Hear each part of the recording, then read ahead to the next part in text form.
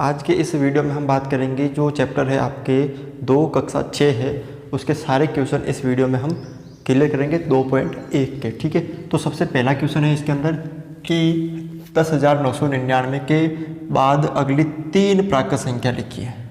प्राकृत संख्या क्या होती है, मैंने इसके बारे में पिछले वीडियो में बताया था कि 1 से शुरू होकर कहाँ तक चलती है, अनंत तक। ठीक है ना, तो इसके ठीक बाद प्राकृत संख्या का जो अंतर है वो 1-1 है। ठीक है ना, जैसे 1, 2, 3, 4, 5। ठीक है, तो क्या करना है इसमें आपको, जैसे इसके ठीक बाद वाली 10,999 के ठीक बाद वाली, तो इसमें आपको 1 जोड़ देना है। तो क्या आ जाएगा वो 11,000। अब 11,000 के ठीक बाद की प्राकृत संख्या, तो इसमें भी 1 जोड़ देना है, तो 11,001। ठीक है, और 11,001 में आपको 1 जोड़ देना है, 11,001 में 1 जोड़ देना है, तो इसके बाद क्या आ जाएगी 11,002। देखो 10,999 फिर 11,000 फिर 11,001 फिर 11,002, 3 हो गई है। इसके बाद है 10,001 से ठीक पहले आने वाली 3 पूर्ण संख्या लिखिए।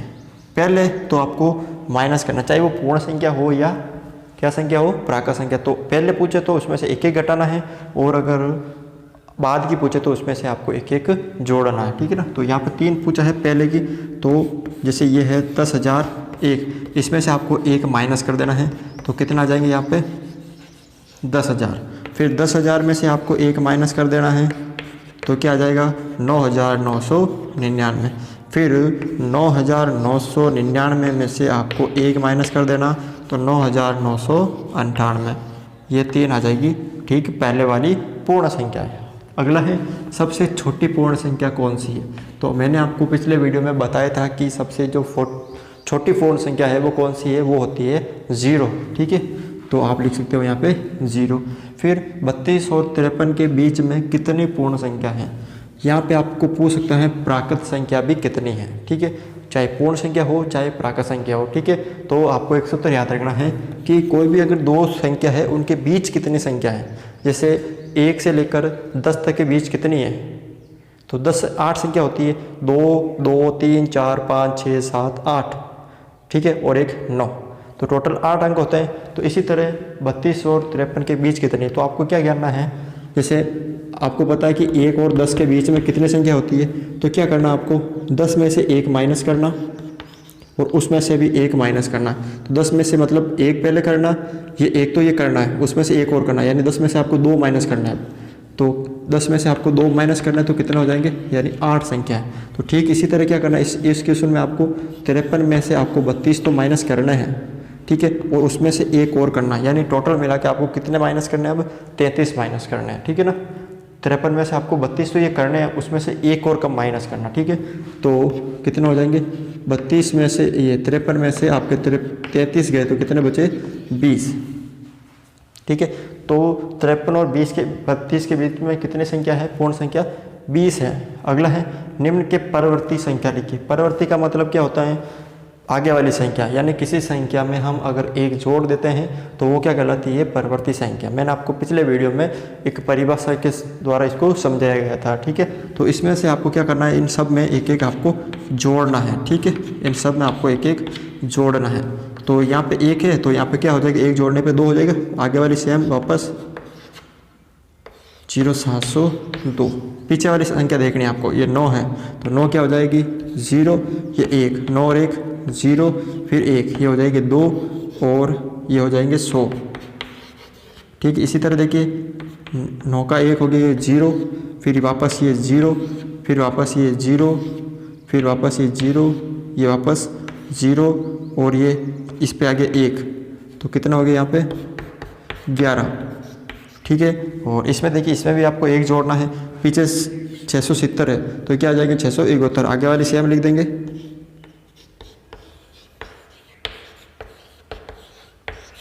671 हो जाएंगे। क्वेश्चन नंबर है यहाँ पे 6, निम्न के पूर्ववर्ती लिखिए। पूर्ववर्ती का मतलब पहले वाली संख्या।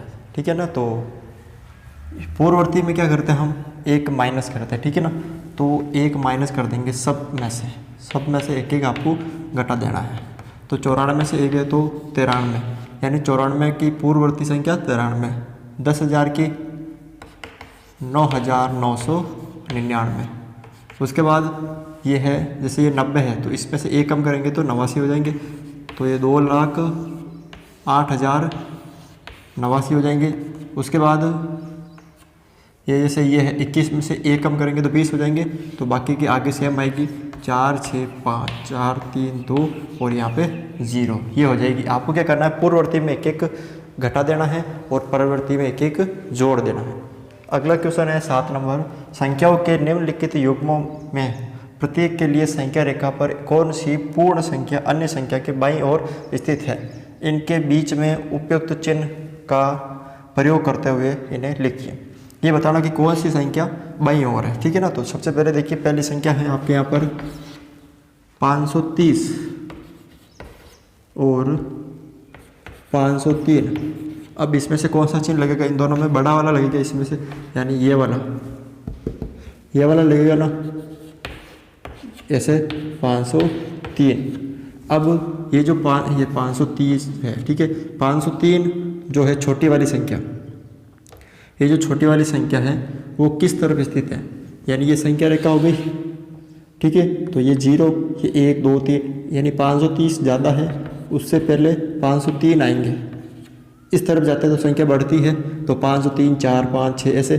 तो ये जो 503 है इससे किस तरफ है, तो ये है बाईं तरफ, यानी 530 से बाईं ओर स्थित है। अगली जो संख्या दूसरी वो है आपके 370 और 307। अब ये 370 बड़ी है, तो ये जो 307 है किस तरफ होगी, ये भी 307 370 के से बाईं ओर, कौन सी संख्या होगी, 307 होगी, बाईं ओर स्थित है। जो छोटी वाली होती है वो बाईं ओर स्थित है, ठीक है। अगली संख्या ये आपके तीसरी संख्या, ये वाली संख्या और ये जो संख्या है आपके, इसमें से बताना छोटी कौन सी है बड़ी कौन सी है, ठीक है ना। तो देखिए सबसे ज़्यादा 9 इसमें है, सबसे ज़्यादा 5 इसमें, तो बड़ी ये वाली होगी। ये 5 अंक इसमें भी है और 5 अंक इसमें भी है, ठीक है, तो बड़ी ये होगी। तो ये वाली जो संख्या है 56,789, ये इसके बाईं ओर स्थित है, ठीक है। लास्ट है इसका क्वेश्चन, ये वाली संख्या 9830415, ठीक है। यहाँ पे कौन सा चिन्ह आएगा, फिर 1002 3001। अब देखिए यहाँ पर आप पहले इसमें अंक देखिए कितने हैं, 1 2 3 4 5 6 7, इसमें 1 2 3 4 5 6 7 8, जिसमें ज़्यादा अंक होते हैं वो संख्या बड़ी होती है, तो ये वाली संख्या क्या है, बड़ी है, ठीक है। तो अब की बार ये वाला चिन्ह आया, ठीक है। तो यानी ये वाली जो संख्या है, जो छोटी संख्या है, यानी ये जो संख्या है वो इस संख्या की बाईं ओर स्थित है। इस संख्या से क्या है, बाईं ओर स्थित है। क्वेश्चन नंबर है यहाँ पर 8, निम्नलिखित कथनों में से कौन से कथन सत्य तथा कौन से कथन असत्य है, वो आपको यहाँ पर बताना है। तो देखिए सबसे पहले यहाँ पर शून्य सबसे छोटी प्राकृत संख्या है, नहीं, शून्य सबसे छोटी प्राकृत संख्या नहीं होती है। सबसे छोटी प्राकृत संख्या होती है 1, जो मैंने पिछले वीडियो में आपको बताया था। तो ये क्या है, गलत है, असत्य है। 400 जो है वो 399 का पूर्ववर्ती है। क्या 400 399 के पहले आती है, 399 के पहले आती है 398, तो इसका मतलब ये 400 भी गलत है, असत्य। शून्य सबसे छोटी पूर्ण संख्या है, तो मैंने आपको बताया था कि सबसे छोटी जो पूर्ण संख्या है वो 0 या 0 होती है, तो इसका मतलब ये सही है। अगला है 600 जो है वो 599 का परवर्ती। परवर्ती का मतलब क्या होता है, किसी संख्या में एक जोड़ देते हैं, तो 599 में 1 जोड़ेंगे तो 600 आ जाएंगे, तो ये भी सही है, सत्य है। सभी प्राकृत संख्याएं पूर्ण संख्या हैं। जो सारी प्राकृत संख्या होती है 1, 2, 3, 4, और जो पूर्ण संख्या हो सकती है या नहीं हो सकती। अब पूर्ण संख्या क्या होती है? 0, 1, 2, 3, ये 4, यानी जो प्राकृत संख्या वो पूर्ण संख्या के अंदर भी आ रही है, ठीक है ना। 1, 2, 3, 4 वो इसके अंदर भी आ रही है, तो इसका मतलब ये सत्य है। सभी पूर्ण संख्या प्राकृत संख्या है। अब ये सभी पूर्ण संख्या है, 0, 1, 2, 3, 4, क्या बताओ ये सारी प्राकृत संख्या, मतलब सभी जो पूर्ण संख्या है प्राकृत संख्या है। सभी पूर्ण संख्या जो होती है वो प्राकृत संख्या होती है, क्योंकि 0 तो प्राकृत संख्या होती नहीं, तो इसका मतलब जो सभी पूर्ण संख्या है वो प्राकृत संख्या नहीं हो सकती है, तो इसका मतलब ये गलत है। 2 अंकों की पूर्ण संख्या, कोई भी 2 अंकों की एक संख्या जैसे 10, ठीक है, का पूर्ववर्ती एक अंक की संख्या कभी नहीं हो सकती है। पूर्ववर्ती का मतलब मैंने आपको बताया था कि किसी संख्या में से जब एक आप माइनस करोगे तो क्या आ जाएगा? वो पूर्ववर्ती। तो यहाँ पर बोल रहा है कि 2 अंकों की कोई संख्या जैसे 10 है, उसका कोई पूर्ववर्ती अंक यानी उससे पहले वाला जो अंक है वो 1 अंक का नहीं हो सकता। जब इसमें से 1 माइनस करूँगा तो 9 होगा, यानी हो सकता है, लेकिन ये क्या बोल रहा है? नहीं होगा, तो इसका मतलब ये गलत है, असत्य है। 1 सबसे छोटी पूर्ण संख्या है। सबसे छोटी जो पूर्ण संख्या होती है वो होती है 0, मैंने आपको बताया था, तो इसका मतलब ये भी क्या है? असत्य, यानी गलत। प्राकृत संख्या 1 का कोई पूर्ववर्ती नहीं होता है। प्राकृत संख्या कहाँ से शुरू होती है? 1 से, ठीक है, तो इसका मतलब इसका कोई पूर्ववर्ती अंक नहीं होता है। इससे कोई पहले का एक अंक नहीं होता ना, क्योंकि प्राकृत संख्या 1 के बाद 1 के पहले कोई अंक होता ही नहीं, क्योंकि प्राकृत संख्या शुरू भी कहाँ से होती है? 1 से शुरू होती है।